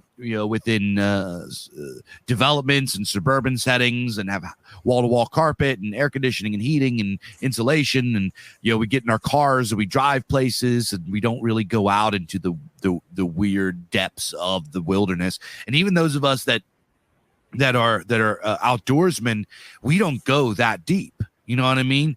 There are places in the woods that you can't. It's pretty tough to get to. There are places in the wilderness that you got to be helicopter dropped or take like an extreme trek, like hundreds of miles into the woods for days and days to get to places where people have never been. So to think that there aren't weird stuff out there that we have never seen is just a little far-fetched, a little bit hubris, in my opinion. So I've seen the paranormal. I've experienced cryptids. I've read many accounts. I got obsessed with it for a while, and I started looking. Now, a lot of this is a little weird too, is it's pretty hard to find the evidence anymore. Like videos that used to just be all over uTorrent and all over different forums and stuff back in the days of the Wild West of the internet. You can't find this stuff anymore. I've seen some pretty weird video. Now, obviously, some of it could be hoaxes, but I feel that I have a pretty good eye to see, and I'm pretty skeptical. I get really frustrated with this idea that people create hoaxes for attention or just to fuck with people or whatever, because some of it is real. And, there's just, I've seen a lot of weird stuff. I've seen especially stuff that in places where, like in Mesoamerica, a lot of weird stuff happens. They get a lot of weird creatures there. There's a lot of these videos are just like people just going about their everyday thing, filming, doing a family thing, or going on a bike trip or something like that, and then just some weird creature just runs across the trail or like appears out from behind a tree or like whatever. And it's just like a split second, and a lot of times, sometimes people don't even notice. You know what I mean? They'll be, what the fuck was that? And they just think it was some kind of animal or something. But then when you look at the video, you're like, holy fuck, what was that? Yeah, it is frustrating that people don't take it more seriously. But in a way, it's also kind of understandable to where, like, as you said, like our ancestors would not have batted an eyelash at this. It would have been scary to them. They would have been afraid of the man in the woods. They would have been afraid of Bigfoot. They would have been afraid of all these things, of the old hag that sits on your chest at night. But they would not have been afraid of the idea that such a thing exists. That's a whole other level of terror for us. And in some sense, you can imagine that the fedora tipping bug man, the utilitarian Nietzschean last man character, that like the I fucking love science person, you can imagine that this person wears that worldview as a kind of safety blanket, right? You know what I'm talking about? They kind of hide under this like hyper rationality because there is a kind of terror of being exposed, of admitting that you are, what's the line from the opening of Call of Cthulhu? It's something like, we are,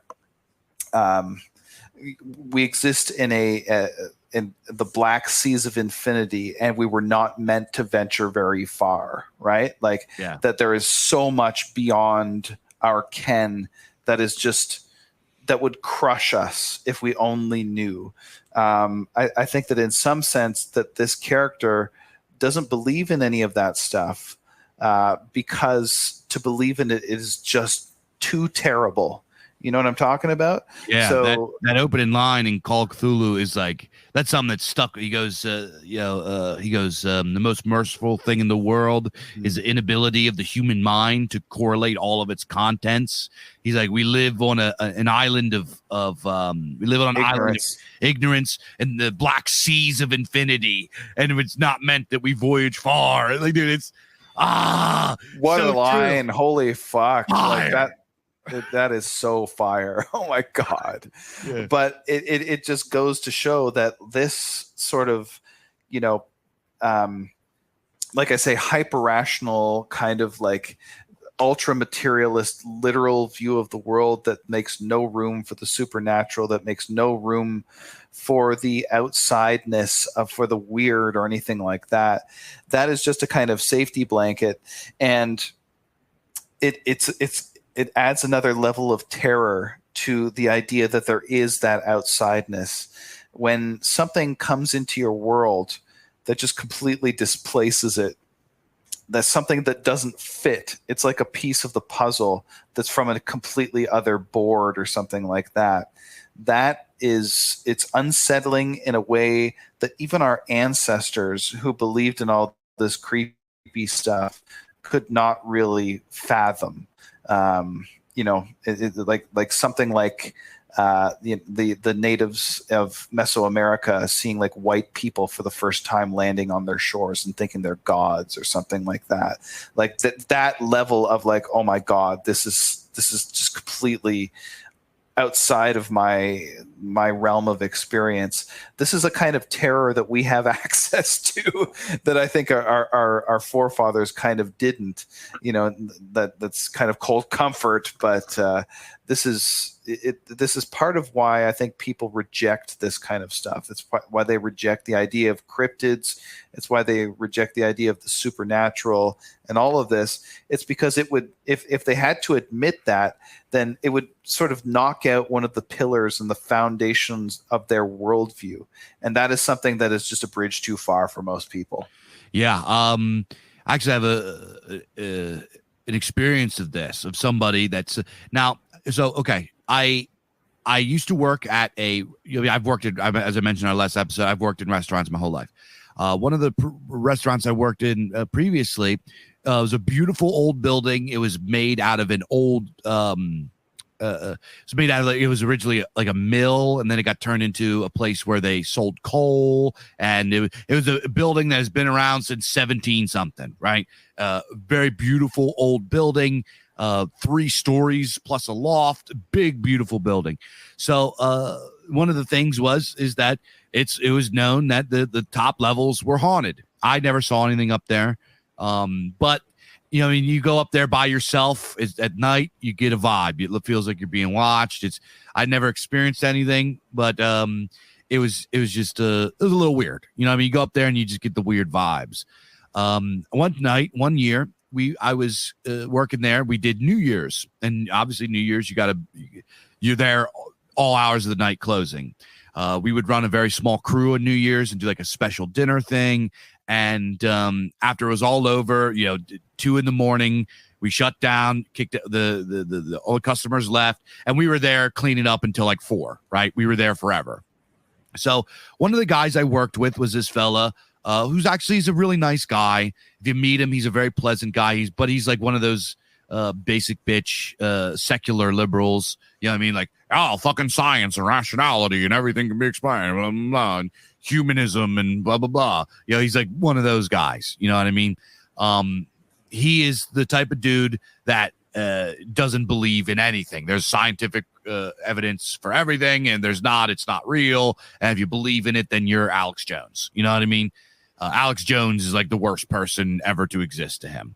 So this guy, one time, on New Year's when we're closing up, he had to go take a lot of, because there's a lot of fancy trays and stuff that we had to get out of the storage up in the loft to use for the special New Year's thing. So his job is he's got to take everything up and go put it away. Well, apparently when he was up there, when he was putting stuff away, he got a freaky feeling, and he turned around. A door closed a chair slid across the floor and a candle like flew off a table, like real some poltergeist shit, right? So this freaked him the hell out. He comes running down, completely nuts, and he's like, blah, blah, blah, blah, like rambling. I'm like, dude, what is wrong? What happened? I was like, you okay? Did you fall? Like, what's going on? And he's like, and he told me what happened, and I was like, oh man, that shit's fucking haunted. And he's like, no, it's not. It's not.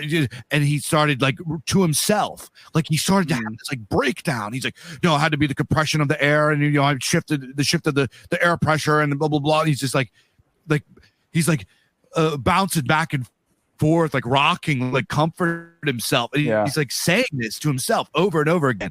Oh well, it had to be change air pressure and blah, blah, maybe I'm fucking. And it's like I go up and I look, yeah, there the candle's laying on the floor. Yeah, I was like, dude, this candle got hooked. You didn't move this candle. He's like, no, I must have, something must have happened. I was like, how do you explain a candle flying off a table, bro? There's no air pressure. Like, there's no fucking air pressure. How is it possible that this flew off? A chair shifted and the door closed. Did you close the door? He's like, no, there must have been a window. I was like, dude, there's no fucking windows up here, dude. How? There's no freaking air pressure, and there was air pressure. How is it that a chair slid across the floor and a candle flew? Come on, bro. It's fucking haunted. He's like, no, there's no way. There has to be an explanation for it. I must have just, he's like, it must have been just my imagination. I was like, it's okay. Your imagination threw a chair and threw a fucking candle. All right, bro. Have fun with your safety blanket, you fucking Jesus Christ. But he did to see this guy have this, he had a breakdown. Like, it was like somebody that was like shell shocked or had like serious trauma. He's like standing there, and this is a big guy. He's like 6'5", lanky guy. He's not like this isn't the kind of guy you would think is like a little bitch. And to see this guy, he's like hugging himself and like standing there rocking back and forth like he's just been traumatized.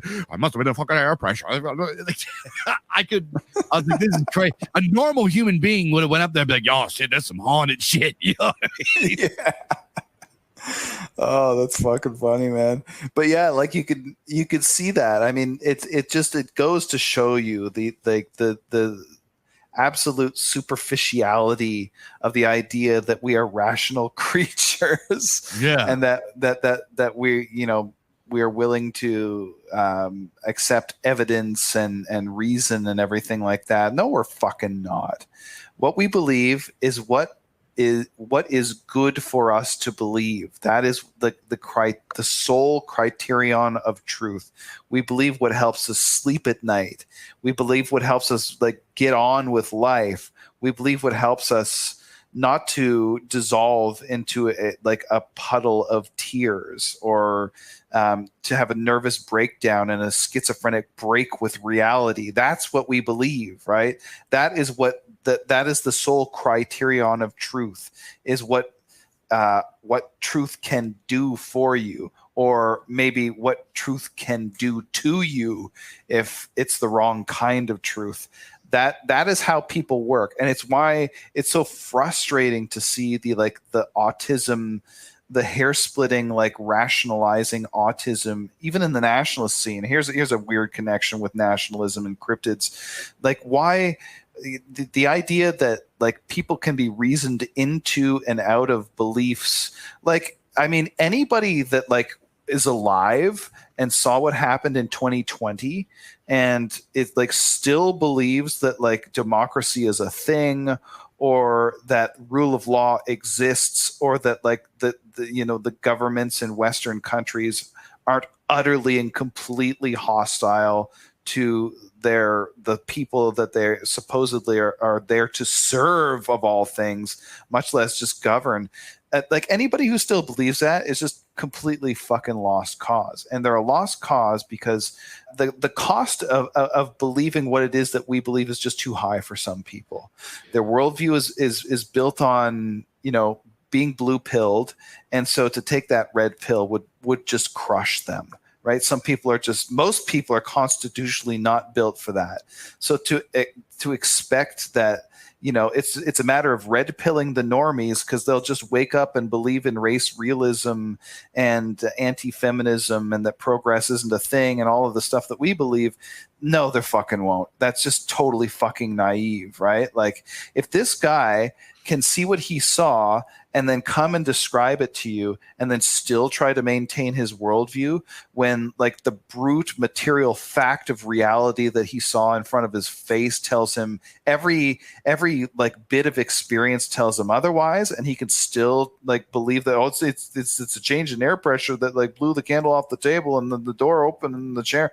No, people are totally fucking irrational, and especially the people who pretend not to be totally fucking irrational.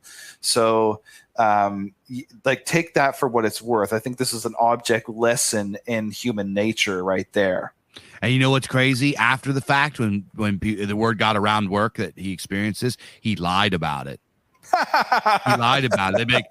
He'd be like, of course he did. That's his coping mechanism, isn't it? Right? He would like to be able to lie to himself that it didn't happen, right? Yeah, I didn't let him go with that. It was like, yo, dude, did you see what you went up was? You see something? Because obviously everybody's interested in the haunting, right? Everybody wants to hear about the haunting. There wasn't a whole lot of stuff that happened, but there's a handful of stories that people stuff just like that, bottles falling, chairs moving, stuff and like that. So it was the juicy stuff in the workplace to hear about the haunted stuff. So when when one of them stories dropped, everyone wanted to hear about it. Everybody wanted to ask about it. So the next, a couple days later, everyone's like gathered, like, yo, what'd you see? Blah, blah, blah. So I didn't see anything. I was like, yeah, he came down, dude. He was nearly in tears. I went up there. The candle was hucked across the place. I told him everything. I was like, dude, don't listen. He's like, no, it wasn't like that. It was, it was just, I was like, yeah, you imagined the candle. It's like, no, it didn't happen like that. Blah, blah, blah. And when people would ask him off to the side, he's like, no, nothing. No, it was just, it was just late. And I was, I was just tired. So he literally lied about it and completely just went back on everything. And I actually kept in contact with him after we both stopped working there. And one time he showed up to one of my little events, and I talked to him. I was like, yo, you remember that time you saw that goat? He's like, no, you stop. You're changing the details. I was like, yeah, you want me to call up everybody that was there? He's like, no. Look, because he won't admit it. It completely I wish I had video of this. It was like, this guy was always even keeled. You never even saw this guy get mad. He never got mad. He never got worked up. He was always just very monotone, lived hard, like nothing you could say to him upset him. He was just like one of those guys, very, very stoic. Well, you gotta fucking with the fucking Neil deGrasse Tyson or like whatever the fuck. And it was incredible to see this guy literally come face to face with his entire worldview being blown apart by something that's right in front of him, and then to lie about it. You know what I mean? It's just so that's an astute observation, Mike, is this idea that we can change these people's minds. Is just, it would have to take something. I don't even know if it could take anything. This guy literally saw something that is like high level paranormal shit, and he still didn't believe it, and then he lied about it. Well, think about like those people whose like kid got killed by some like fucking migrant or whatever, and they're still like, refugees welcome, and what's more, let's not make this about race or anything. Like they just so utterly fucking cucked by it, and it's not that they're stupid. It's that it's too much of an emotional toll for them to believe that, yes, in fact, my own worldview is in some way, in some measure, to blame for my child's death. You can't ask that of most people. Like, that would crush most people, right? Just like it would crush this guy to believe what it is that happened. He probably told himself, he probably believes in some sense that it didn't actually happen that way, and you're just gaslighting him or whatever. It's very sad, but the fact is, we are very, very small in the grand scheme of things as far as the universe is concerned. and there's a kind of humility that I think goes along with like something like conservatism, and I don't mean like Ben Shapiro conservatism or Charlie Kirk or whatever. I mean like genuine bona fide conservatism like Cato the Elder or something like that. I think what really characterizes conservatism is a kind of epistemic humility. It's the idea that we don't know everything and that we can't know everything, and that the rational individual reasoning for himself on the basis of his own premises that he's come to the from his own reasoning, that this man is extremely limited and that there's very little that he can kind of add to this gigantic cairn of knowledge that's been amassed over, hundreds of thousands of years. So he better be pretty fucking humble about it and accept that probably everybody else that lived before him understood things too, and that he should take seriously what they say. I think that is that's kind of the deepest level of conservatism. And so it would make sense that people in our spheres might apply that same kind of idea or that same sentiment towards things like, maybe there's some weird, like, fucking spiritual stuff going on out there. Maybe there is the brown man. Maybe there is the man in the woods. Maybe there are yetis out there. I know that it creeps me the fuck out, and it creeps me out because on some level I believe it as much as I don't want to. So I think that's why I feel that way.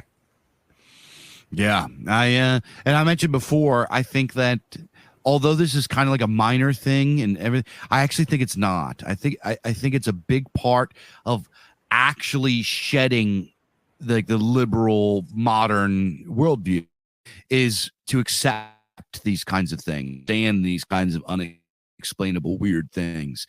I just don't.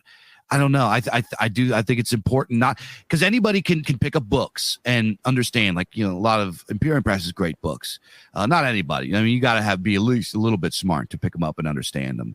But you can read it, and you can read the arguments for why liberalism and modernity suck and why they're not real, and all of the basis for it is logically and philosophically incorrect.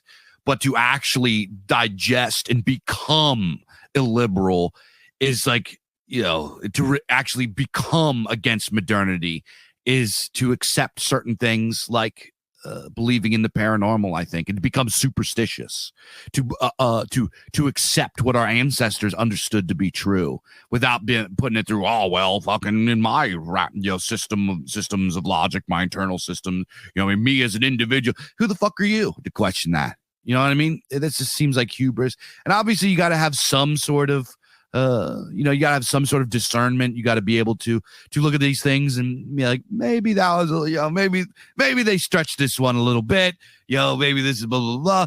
But I think that we owe it to understand it, especially since people are by the tens of thousands experience the same thing today. They just use different language. Like, instead of dragons or whatever, they call them sea serpents or cryptids or whatever the language is.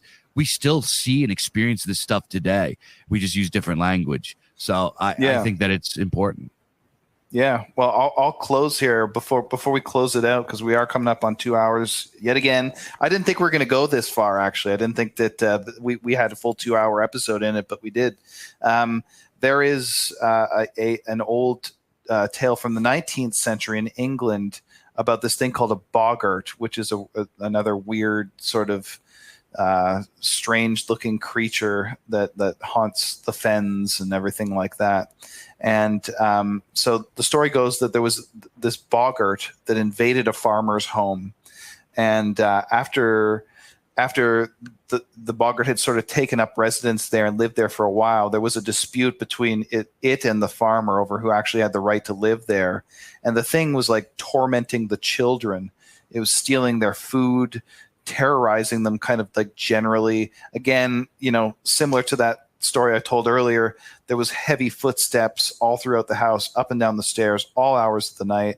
The dishes were scattered, broken at random. All this sounds kind of familiar, whatever. And most importantly here, for what we're saying, the children would be lying in bed at night and they would feel this weight pressing down upon them, right? And so the rest of the story goes that the farmer gets up and leaves the house because he just can't live there anymore with his family. He explains why he had left to his neighbor, and then he hears a voice saying that a voice in his head or something or somewhere saying that the boggart has left and is away temporarily. So the farmer goes back to the house, and then the boggart comes back, and somehow it's not really clear from the rest of the story, but the two are able to sort of live together in harmony. Like he's able to live with the spirit that has now taken up residence in his house, maybe making offerings and turning it into a tutelary spirit, as we said before. But the part that I really want to underscore there is the fact that one of the details in the story is that the children are lying in bed and they're feeling the old hag pressing down on them, which we started out at the beginning of this episode talking about and saying, that this is like from the Arctic Circle all the way to Tierra del Fuego. This is the same thing keeps being said, right? It's this idea of the heavy weight pressing down on you at night, this dark presence that's lying on your chest. The thing that freaked me out when I saw that video so long ago now, that it's not only in every culture, but it's also all throughout time. We're talking about centuries removed from the 21st century. So this is, when you have this kind of testimony, this testimony of thousands of people across thousands of years, across thousands of miles, it's like there is something to it. There just is something to it, and there's no two ways about that. So, I hope this episode has kind of opened some people up to the idea that maybe we should be a little bit more humble about what we think we know about the world. Hell yeah. All right, so we're going to close it out. Guys, I hope you enjoyed this episode. I know it's a little bit off the track of what we usually do, but as I said before, I think it's important not to just understand why modernity sucks, but actually to become illiberal, to become have an ancient folkish worldview and to actually practice it. And one of them is to believe in a magical worldview, and that's it. So, guys. If you're not signed up already, make sure to go to imperiumpress.org/podcasts and go get signed up to the Gumroad, man. So many great perks over there. You got hardback books, man. I got hardback of Beowulf. I got it all, man.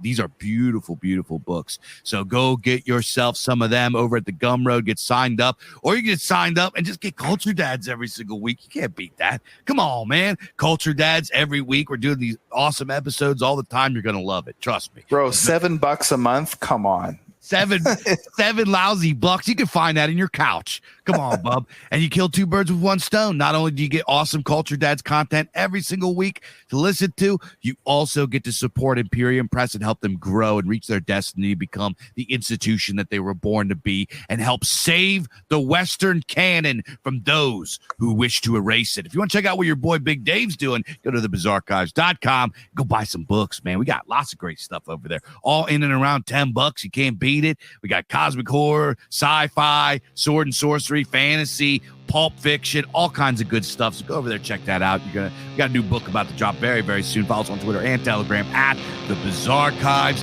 And like always, hails and blessings to each and every one of you guys. And I'll see you guys next time here on Culture Dads, Age of Sword and Cassette.